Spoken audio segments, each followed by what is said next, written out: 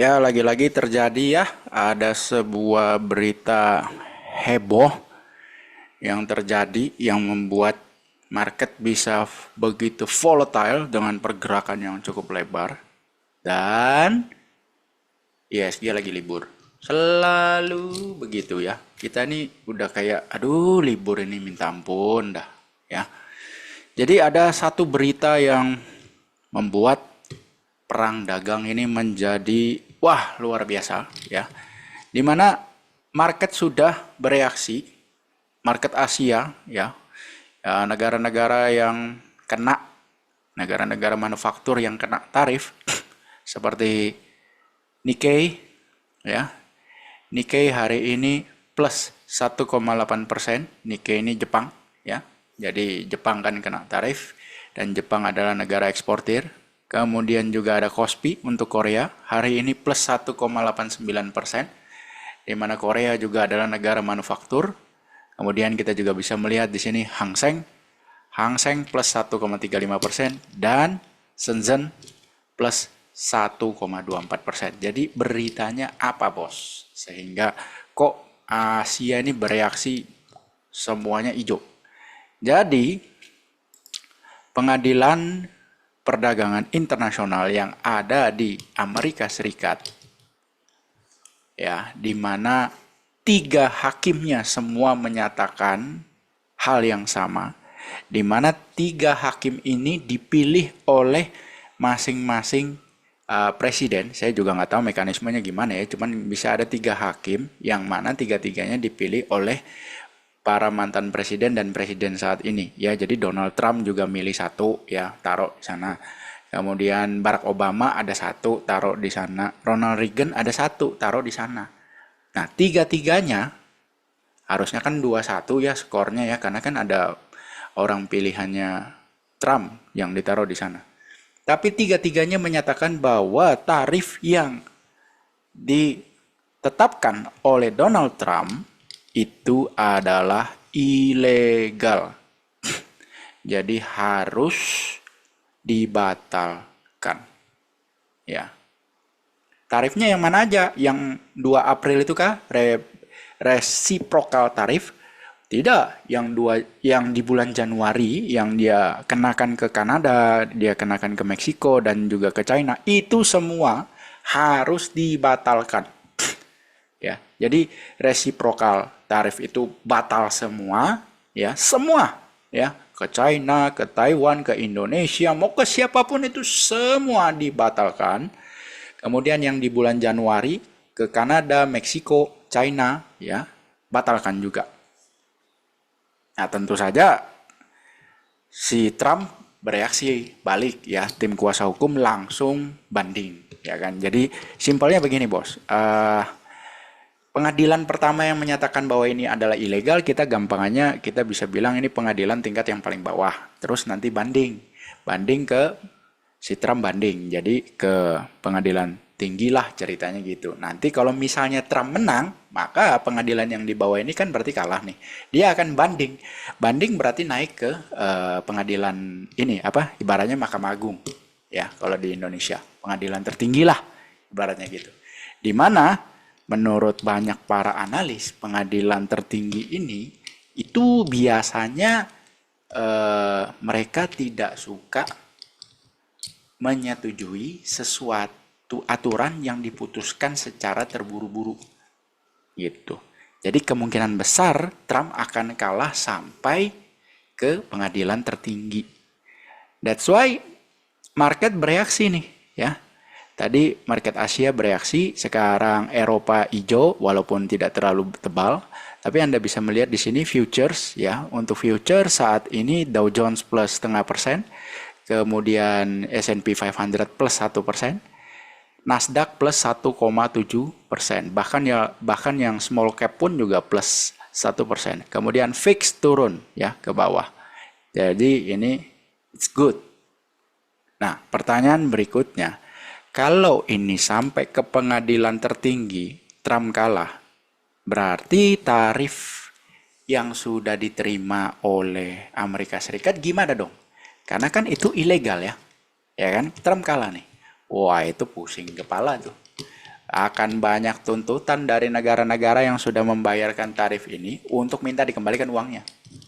Itu pusing kepala yang pertama. Pusing kepala yang kedua adalah, ini kan belum sampai keputusan pengadilan tertinggi. Tapi kita sama-sama tahu bahwa saat ini sedang ada negosiasi kepada seluruh negara. Ya kan, setiap negara itu melakukan negosiasi nih, termasuk Indonesia. Nah, negosiasi ini gimana? Lanjut apa enggak nih negosiasinya? Karena kan misalnya nih kita dari pihak China, ibaratnya diajak Trump nelpon, ayo kita nego lagi nih, kita diskusi apa aja yang kita bisa sepakati bersama gitu kan. Lah saya dari pihak China akan bilang, bos, apa yang mau dinego bos? Kan itu kamu dianggap ilegal. Oh tapi kan saya banding. Iya betul, bandingnya kan belum keluar hasilnya bos. Jadi kita ini mau negosiasi apa? Nah gitu loh. Jadi tambah ruwet ini. Iya kan. Bolanya sekarang itu benar-benar nggak ada di tangannya Trump bolanya. Jadi Trump sudah tidak memiliki kekuasaan untuk menekan negara-negara ini melakukan negosiasi dengan dia. Karena posisinya saat ini tarif yang dikenakan itu dianggap harus dibatalkan semua. Ya mulai yang Januari bahkan yang April resiprokal itu harus batal. Ini luar biasa nih.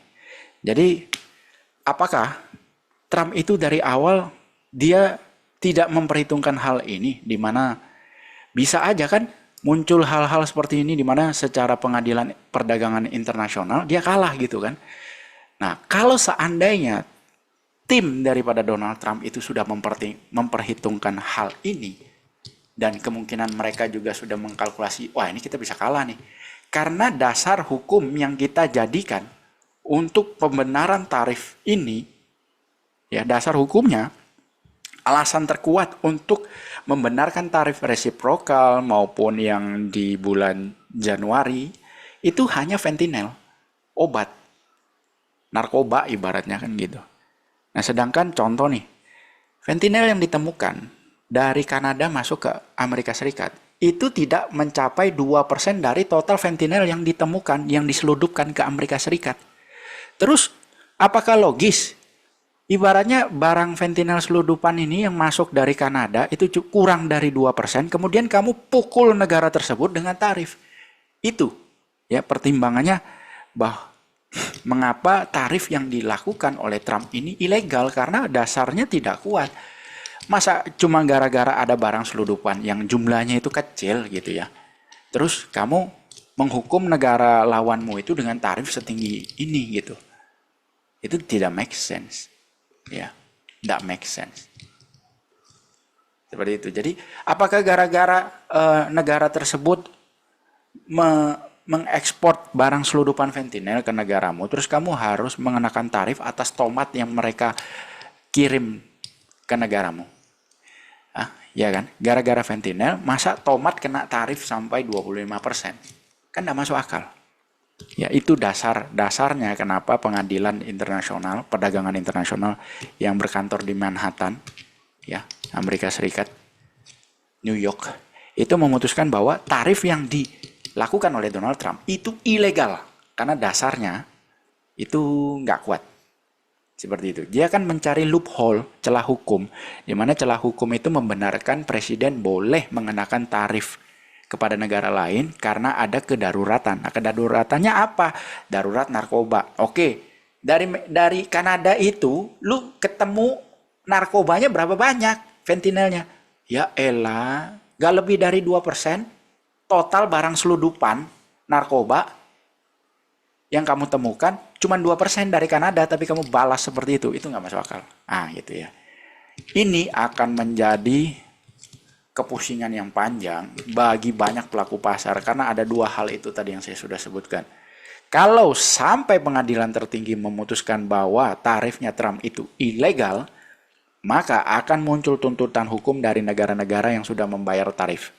Kembalikan duit gua karena lu melakukan hal yang ilegal. Dan bisa aja ada lebihnya lagi, bukan cuma minta duit balik kan gitu ya. Itu satu. Kedua, 90 hari masa perundingan ini yang saya kira udah berjalan 30 hari ya. Hampir 30 hari sebagian. Ini gimana? Apa ya tetap mau berunding? Ya tentu saja lawan-lawannya Amerika ini semua kan, oh yang ngapain bos kita berunding? Lu selesaikan dulu masalah diri lu sendiri gitu ya. Ngapain gue berunding sama lu? Sedangkan ibaratnya pengadilan lu sendiri aja, yang dimana ada hakimnya satu. Itu orang pilihan lu sendiri, Trump. Itu juga menyatakan tarifmu itu ilegal. Ngapain gue berunding sama lu? Jadi, kalau seandainya tim daripada Trump sudah tahu hal ini akan terjadi, wah ini luar biasa nih. Muncul masalah ketiga. Kalau seandainya tim dari Donald Trump itu sudah tahu, sudah meriset bahwa kita kayaknya bakal kalah nih ke depannya kan gitu ya. Mereka udah tahu dan itu bisa dibuktikan nih, ada berkasnya misalnya gitu ya. Waduh, maka Trump bisa kena yang namanya manipulasi pasar. Ini ya. Market jatuh sedalam ini, kemudian pada saat di tanggal berapa itu? Kalau saya nggak salah ingat di tanggal 7 April dia bukan nge-tweet ya, tapi di salah satu sosial media bikinannya dia nge-post it's time to buy stock. Loh, ya kan? Habis itu muncul yang namanya delay tarif, langsung market rebound. Nah, itu kan yang namanya bisa dibilang manipulasi pasar, menguntungkan kroni-kroninya, menguntungkan para afiliasinya. Wah, insider trading itu. Seandainya berkas itu ditemukan, waduh kena lagi itu. Ya. Jadi ada 3 masalah besar nih. Ya. Nah, saat ini tentu saja negara-negara lain ini pada senang semua karena ya itu, lu mau kenain tarif ya nggak bisa, itu pengadilan lu udah bilang itu ilegal. Jadi ya udah business as usual. Sekarang lu yang pusing. Ada 3 masalah besar yang akan lu hadapi. Nah kita sekarang tinggal lihat nih. Nanti Trumpnya mau ngomong apa? Karena dari pemerintahan itu belum ada, pemerintahan Amerika Serikat ya, Donald Trump itu belum ada ngomong terkait selanjutnya seperti apa. Ya kan? Tapi actionnya mereka sudah banding, jelas actionnya ada, mereka banding. Trumpnya sendiri belum buka suara, tapi salah satu staff ya tim ekonominya Trump, saya lupa namanya, itu nge-tweet, waduh ini sepertinya ada kegiatan kudeta, intinya seperti itulah.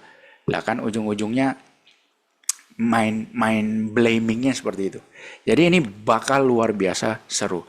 Market bisa volatile ndak karu-karuan, tapi yang jelas saya rasa ini tidak lama lagi ya, Anda bisa lihat S&P 500 itu hanya sekitar berapa persen dari all time high. Nah, Anda bisa lihat tuh 4% dari all time high. Nasdaq berapa persen dari all time high. Nasdaq tinggal berapa persen nih? 5,7% Nasdaq. Dow Jones ini isinya ya 30 big cap ya. Berapa persen dari all time high? Dow Jones masih agak jauh, 6 persenan.